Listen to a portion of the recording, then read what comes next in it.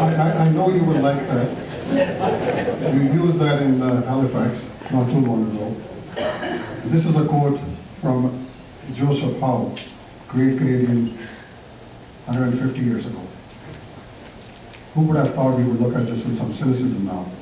What is right? What is just? What is for the public good? We'd like to find out what your views are of that, and how your government, or the opposition, how you would practice that. Joseph Howe, some of you may know who Joe Howe was. If you go to Halifax and you go to the Legislative Assembly, there's a wonderful statue, bronze, a man like this, and it's Joe Howe. Joe Howe, in colonial Nova Scotia in the 1820s, fought for freedom of the press, and he won a great victory for freedom of the press, which affected every single colony in the British Empire. And he didn't stop there. He then went on to fight for the idea of a responsible government, basically for democracy. And the victory that Joe Howe won for freedom of the press and for democracy helped every single British colony in the world. So a lot of Canadians don't realize how much a Canadian contributed to the freedom of the British Empire. And that's why Joe Howe was a hero to my family. My great-grandfather wrote a biography of Joe Howe, and then because my grandfather didn't think his father had done it well enough, my grandfather wrote another one. So I've had Joe Howe since I was knee-high to a grasshopper. And those questions, what is just, what is right, what is in the public interest, do sound a little odd in our cynical time. But I don't think we're that cynical. I think those remain the questions that Canadian citizens ask all the time.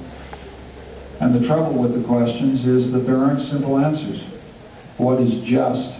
In the courts in Surrey, you spend your whole time figuring out what is just. What is justice? Justice is a cruel virtue. Forces you to make cruel choices. What is right? Tremendous conflicts. Life would be simpler if all the good things we wanted were in a simple list. 1, 2, 3, 4, 5, 6, 7, 8 through 150. All the good things were ranked in order and we knew what the order was. The reality is that the good things we want in life conflict.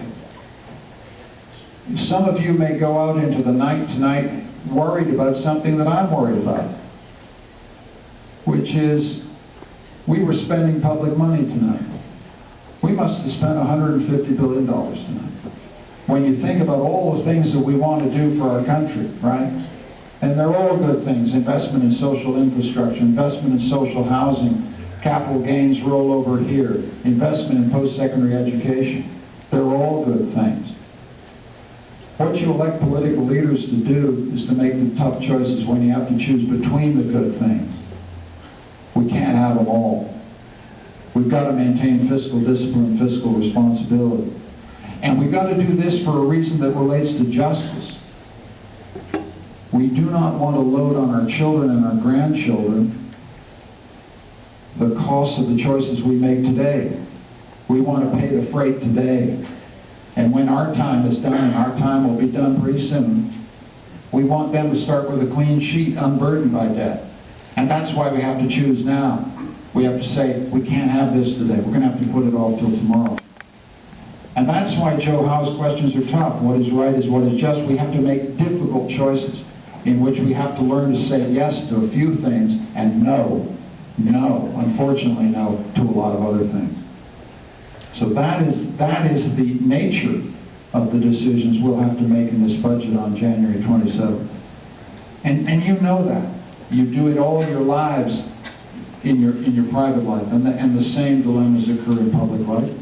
And you can count on us to make mistakes. We're not perfect. We're very human. But Joe Howe's words will certainly are a guide and an inspiration to me.